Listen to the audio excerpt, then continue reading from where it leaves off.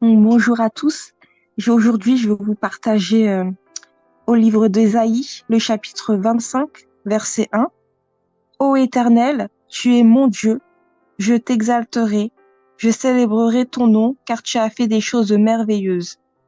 Tes desseins conçus à l'avance se sont fidèlement accomplis. Amen, amen et amen. Vraiment, Dieu, est vraiment bon. Il faut se prendre conscience que Dieu, il a ses bienfaits dans nos vies, qu'il est ce Dieu qui fait lever son soleil sur les mauvais comme sur les méchants. Il mérite vraiment toute notre gloire, toute notre célébration. Vraiment, c'est un Dieu vraiment bon. Et ses bontés durent toujours, quels que soient nos défauts, nos faiblesses. Il ne va pas attendre qu'on vienne vers lui, qu'on le prie pour nous aimer. Il nous a aimés le premier. Dieu a tant aimé le monde qu'il a envoyé son Fils unique, Jésus-Christ, mourir à la croix afin que quiconque croit en lui ne périsse point, ne meure pas, mais qu'il ait la vie éternelle en croyant en son Fils Jésus-Christ.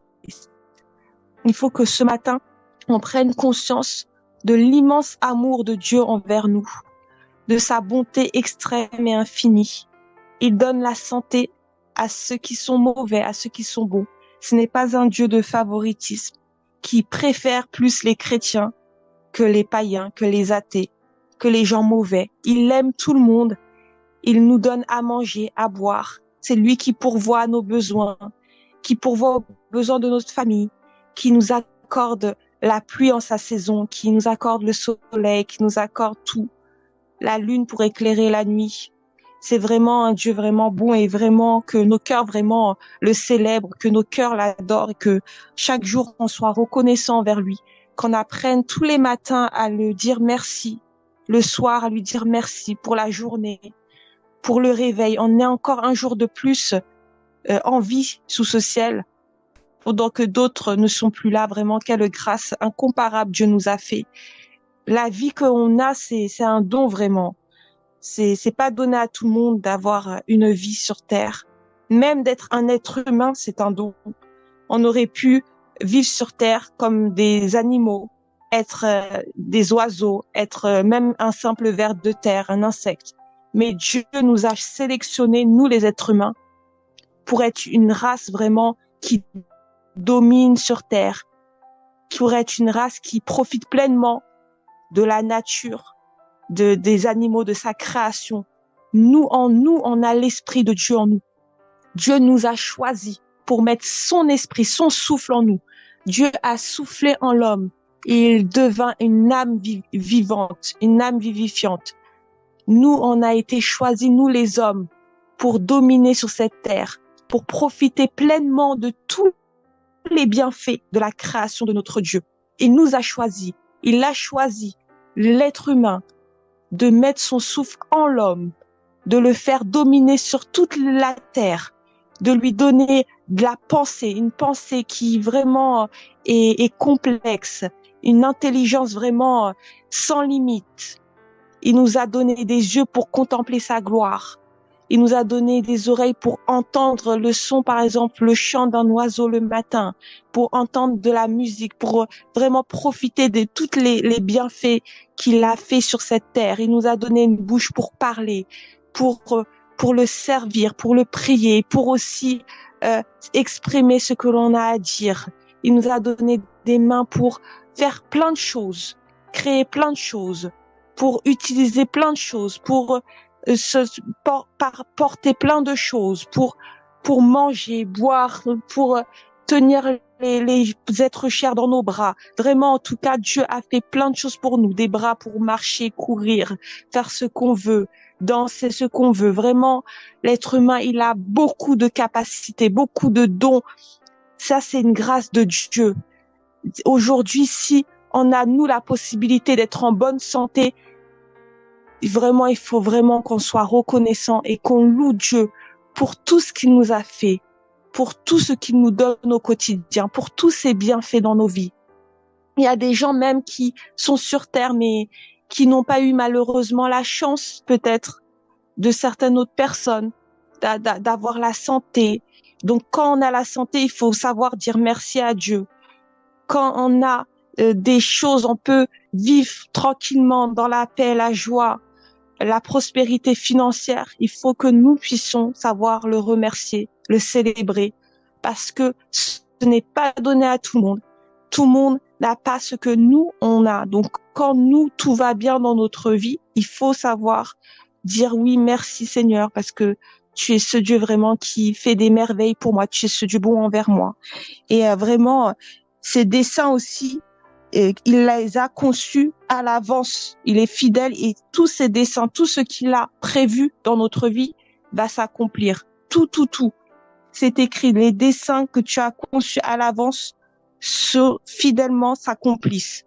Vraiment, Dieu, il est le Dieu qui est fidèle et sachez que même si vous ne voyez pas encore les dessins de Dieu dans votre vie, il finira tôt ou tard par l'accomplir parce que le Dieu que l'on sert, non seulement il est bon, mais il est aussi juste et fidèle pour accomplir tous ses desseins dans nos vies.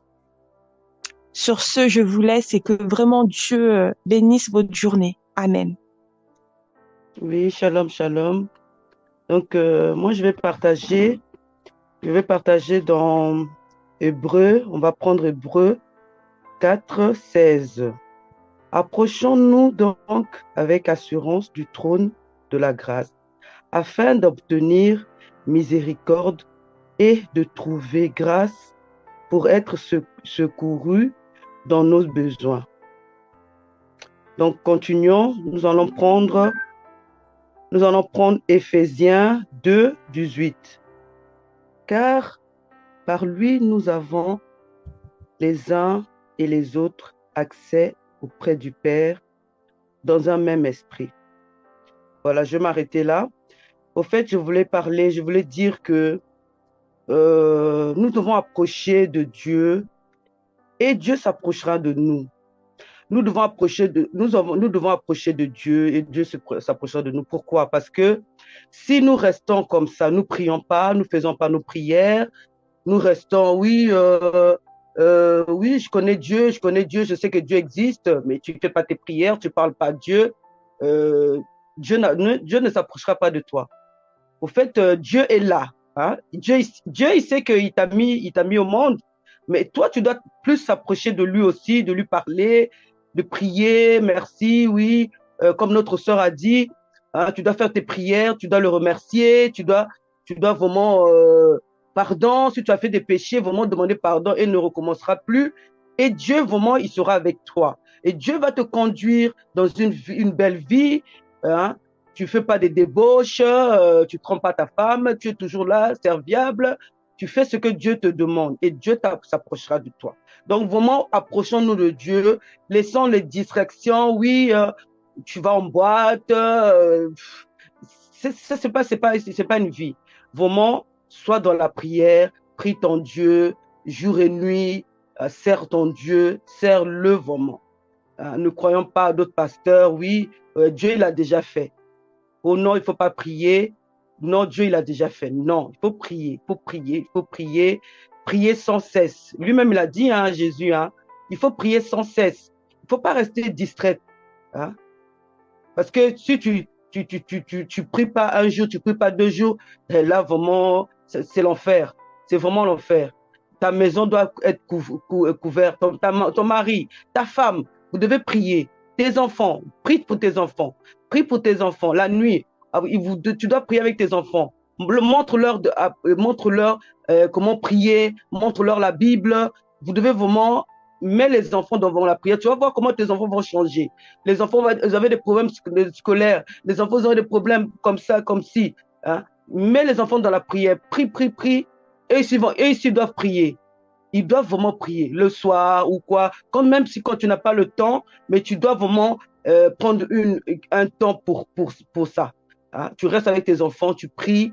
Hein, tu leur montres la Bible, vous lisez les versets, chacun lit, tu as 3, tu as 4 enfants, tu mets les versets, il y a ça, l'enfant là doit lire Matthieu, Jean, psaume, tout. Ils doivent lire, comme ça ils vont connaître la Bible, ça sera vraiment bien pour ta maison et Dieu va vraiment vous protéger. Voilà, c'est ce que je voulais partager ce matin. Bonne journée à vous. Je laisse la parole à une autre personne. Ok, shalom, merci. Ce que j'ai eu là, c'est dans Luc 10, verset 19. Le Seigneur nous dit ceci. Lisons au nom de notre Créateur de l'univers tout entier.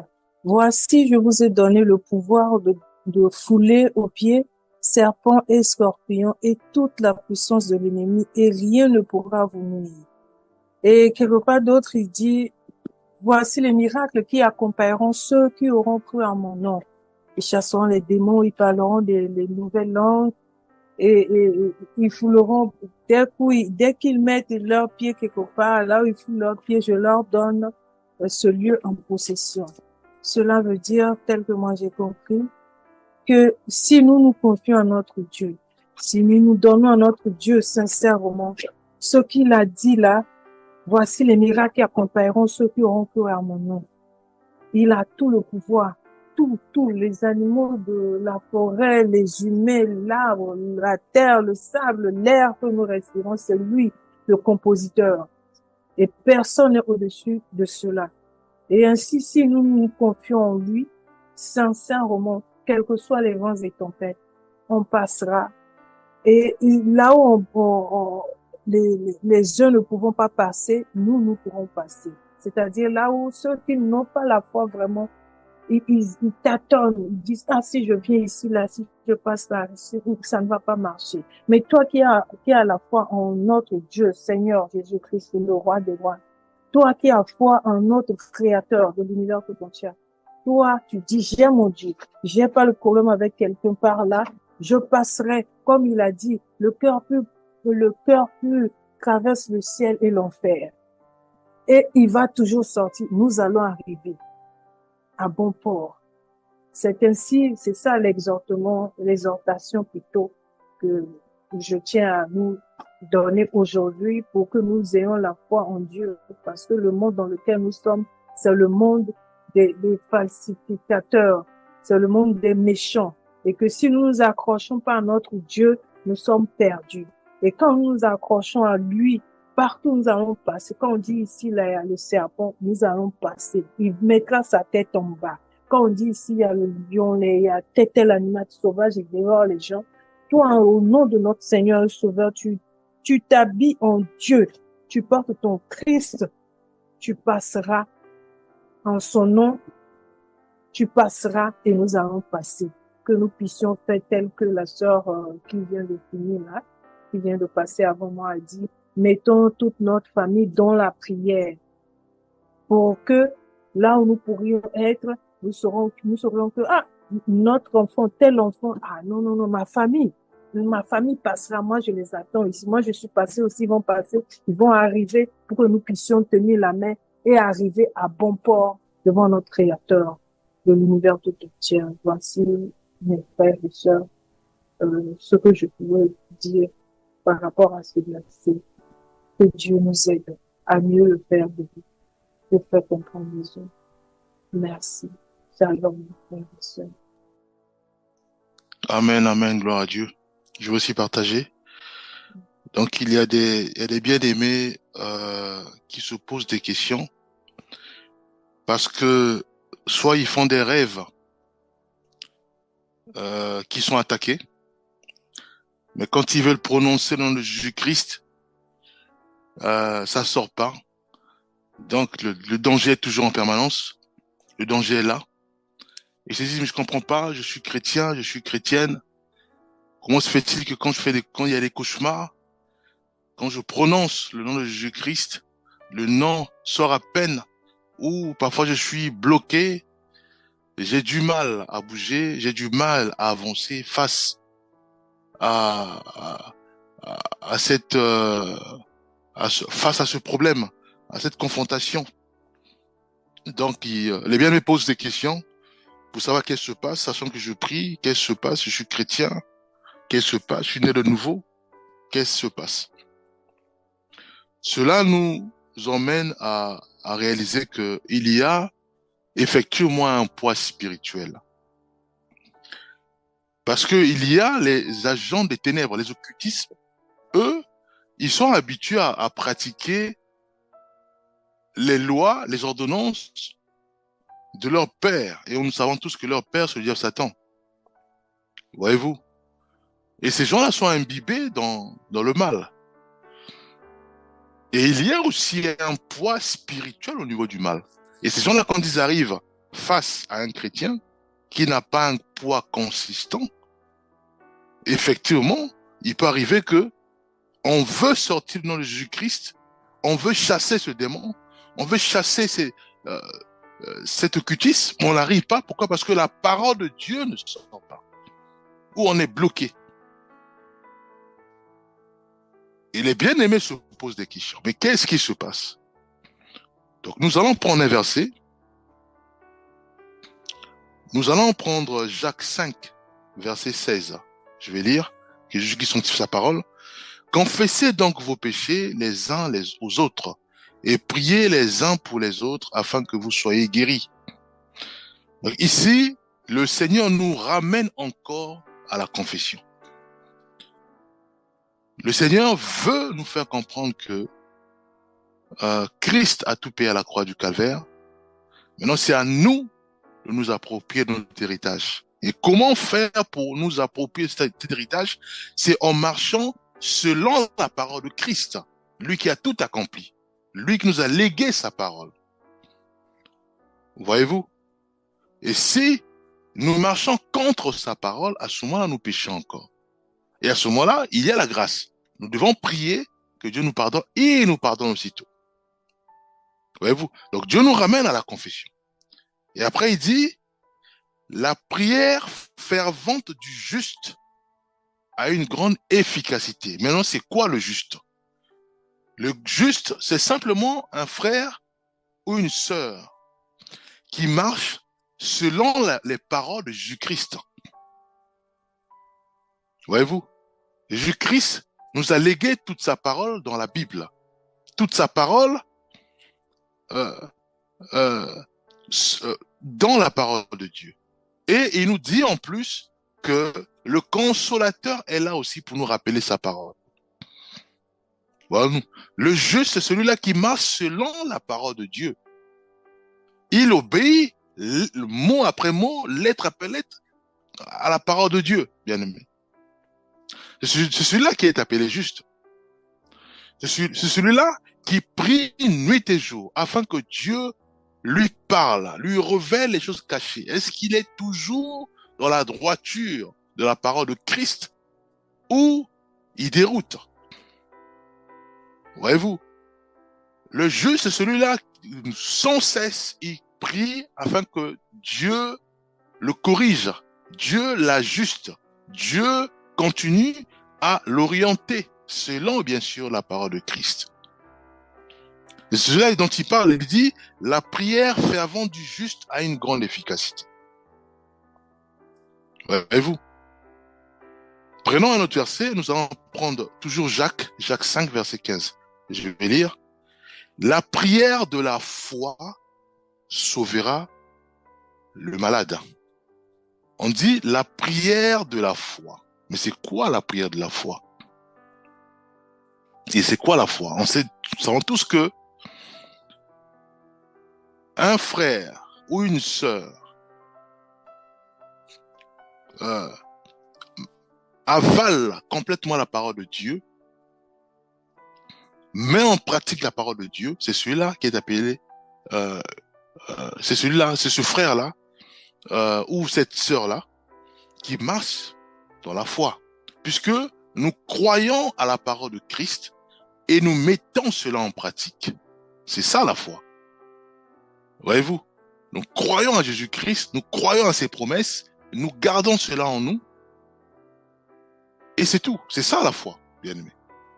Donc la foi, c'est une ferme assurance des choses qu'on espère et une démonstration des choses qu'on ne voit pas.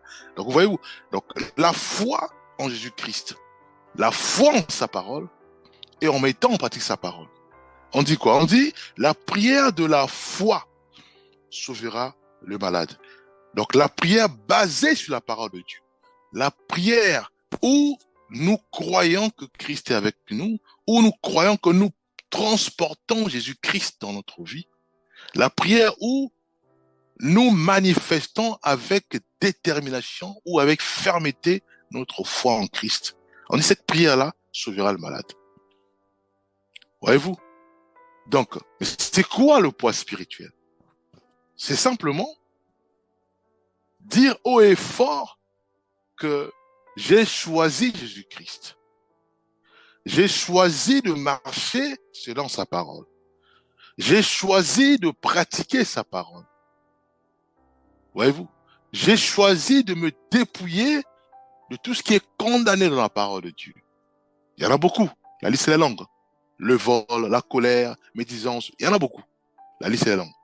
La magie, voilà, consultation des horoscopes, consultation des tarots, consultation des voyances et autres. La drogue, la cigarette, la prostitution, la liste, elle est longue. La colère, voyez-vous. J'ai choisi de suivre Christ. J'ai choisi de m'appuyer que sur son Esprit Saint au cas où je tombe. Puisqu'il va me corriger, il va m'ajuster de telle sorte à ce que je puisse suivre les pas du Maître. Mais c'est qui le Maître? C'est Jésus-Christ, bien aimé. Voyons-nous. À ce moment-là, mais je ne pense pas que des petits démons ou des petits sorciers vont venir encore nous distraire. Non, c'est fini. Puisque il y a un poids spirituel qui est là. Un feu qui est dégagé. Puisque nous transportons Christ. Et là où est Christ, on ne peut pas cohabiter encore avec des petits magiciens, sorciers, sorcières. Non. Voyez-vous? C'est ça. Donc le but, c'est d'abord d'avaler la parole de Dieu. Et ensuite, de s'appuyer sur Christ et son Esprit Saint, de sorte à mettre en pratique sa parole. Voyez-vous? Et c'est ça ce qu'on appelle marcher dans la sanctification. Et à ce moment-là, il y a un feu en nous aussi. C'est ça le poids spirituel.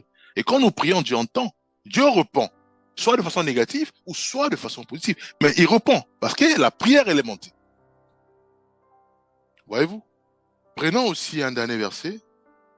Nous allons prendre Daniel 5, versets 25 à 27. Avant de lire, je vais juste préciser que c'est vrai en Europe ou en Occident, souvent on est bien traité, donc on mange bien, voilà, ça va. Et faut pas que cette situation-là nous contribue à détériorer notre poids spirituel, puisqu'on a du mal, bon, tout ça, on a du mal à prier, on a du mal à lire la parole de Dieu, on a du mal à rentrer en intimité avec notre Créateur. Voyez-vous, de toute façon, nos sœurs en parlent de ça aussi. Voyez-vous, donc nous devons réaliser que un chrétien ou une chrétienne doit entretenir son poids spirituel, son niveau spirituel, soit par la prière, en demandant au Seigneur de nous révéler les choses cachées, voyez-vous, soit par notre conduite, nous devons prier. Non pas sombrer dans la distraction ou dans la lourdeur, parce que voilà, nous mangeons, nous dormons, nous sommes bien traités, et à des fois on oublie la prière, voyez-vous. Et là, à ce moment-là, nous ne sommes pas surpris de voir que on a du mal à prononcer le nom de Jésus-Christ, sachant que nous sommes chrétiens. Pourquoi? Parce que nous tonifions pas notre niveau spirituel, nous nourrissons pas notre esprit, voyez-vous. Nous nourrissons le corps, c'est bien, mais nous nourrissons pas l'esprit. Or, l'esprit, lui, il est nourri uniquement de la parole de Dieu, uniquement de la prière et les jeûnes. Voyez-vous? C'est ça le poids spirituel. Lisons dans Daniel 5, versets 25 à 27. Voici l'inscription qui a été tracée. Bon, c'est un roi. Un roi pareil, il faisait pareil, c'est l'Occident, hein. Enfin, on va dire, c'est la richesse. Donc, il mangeait bien, il se nourrissait bien, voilà, au point où il est parti même souiller les objets sacrés. Parce que voilà, il n'a pas de problème. En touchant ainsi, à ce moment-là, il a juste vu une main sortir. Et cette main-là a écrit. Une main simple. Paniqué, il a appelé Daniel. Et c'est comme ça que Daniel va interpréter l'écriture, puisqu'il ne comprenait pas l'écriture. Alors, voici l'inscription qui a été tracée. Comptez, pesez et divisez. Et voici l'explication de ces mots. Quand Dieu a fait les comptes et ton règne, et il y a mis fin. Pesé, tu as été pesé dans la balance et tu as été trouvé léger. Voyez-vous? Mais le roi, il était à l'aise. Il était dans l'opulence. C'est un peu comme nous, les chrétiens, bien aimés. Voilà, on mange, on est bien soigné et autres, mais on oublie l'essentiel, la vie chrétienne. On oublie l'essentiel, la communion avec Dieu, la prière.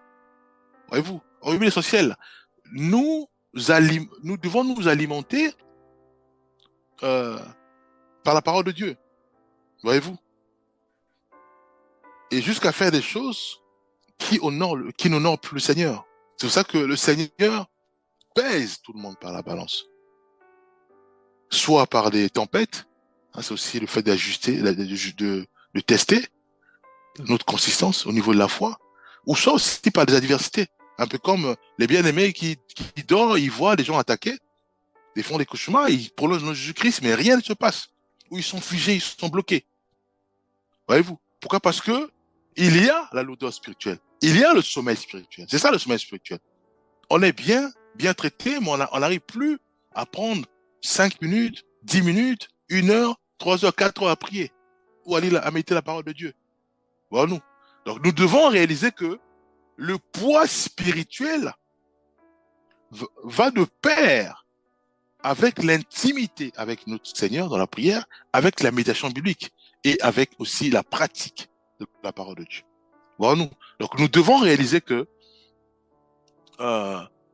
nous devons faire violence. C'est-à-dire que nous organiser en disant que voilà, il y a des moments où je dois prier, il y a des heures dans la journée, je dois prier, donc là je touche pas.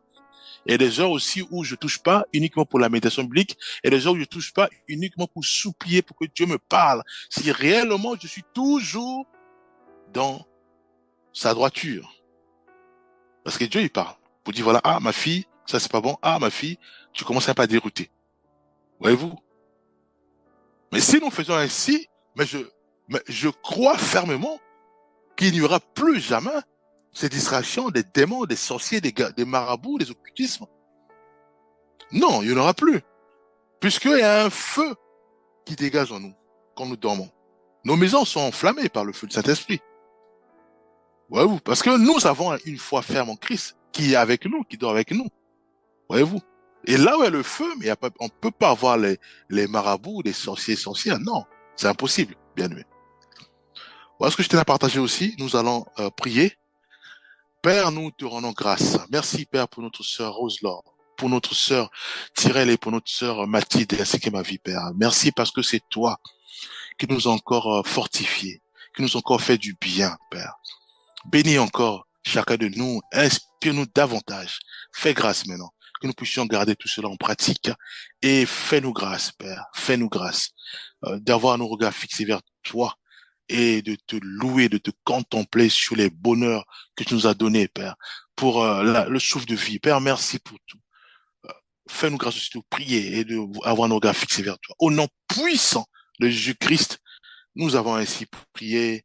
Amen.